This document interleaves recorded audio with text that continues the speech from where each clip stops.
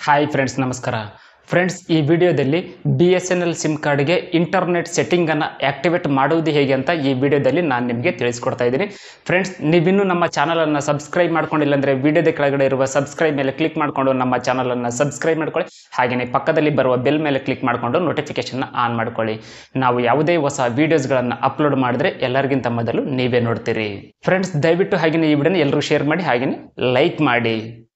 Friends, ನೀವು BSNL sim ಕಾರ್ಡ್ಗೆ ಇಂಟರ್ನೆಟ್ಟನ್ನು activate ಮಾಡಬೇಕಂದ್ರೆ ನಾನಿಲ್ಲಿ ನಿಮಗೆ SMS ತೋರಿಸ್ತಾ ಇದ್ದೀನಿ ನೋಡಿ.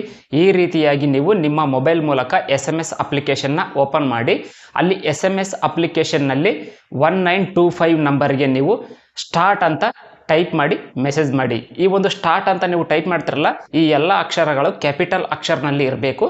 ಸ್ಟಾರ್ಟ್ ಅಂತೇಳಿ ನಾನಿಲ್ಲಿ ನಿಮಗೆ ತೋರಿಸ್ತಾ ಇದ್ದೀನಿ ನೋಡಿ.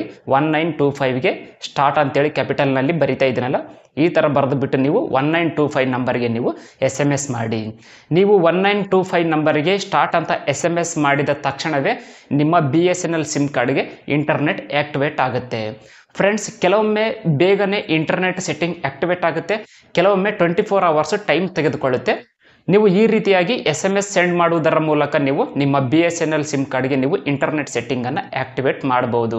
ಫ್ರೆಂಡ್ಸ್, ಈ ವಿಡಿಯೋ ನಿಮಗೆ ಇಷ್ಟ ಆದರೆ ಈ ವಿಡಿಯೋನ ಲೈಕ್ ಮಾಡಿ, ಶೇರ್ ಮಾಡಿ, ಹಾಗೂ ನೀವಿನ್ನೂ ನಮ್ಮ ಚಾನಲನ್ನು ಸಬ್ಸ್ಕ್ರೈಬ್ ಮಾಡ್ಕೊಂಡಿಲ್ಲ ಅಂದರೆ ಈಗಲೇ ಸಬ್ಸ್ಕ್ರೈಬ್ ಮಾಡ್ಕೊಳ್ಳಿ. Thanks for watching. Take care.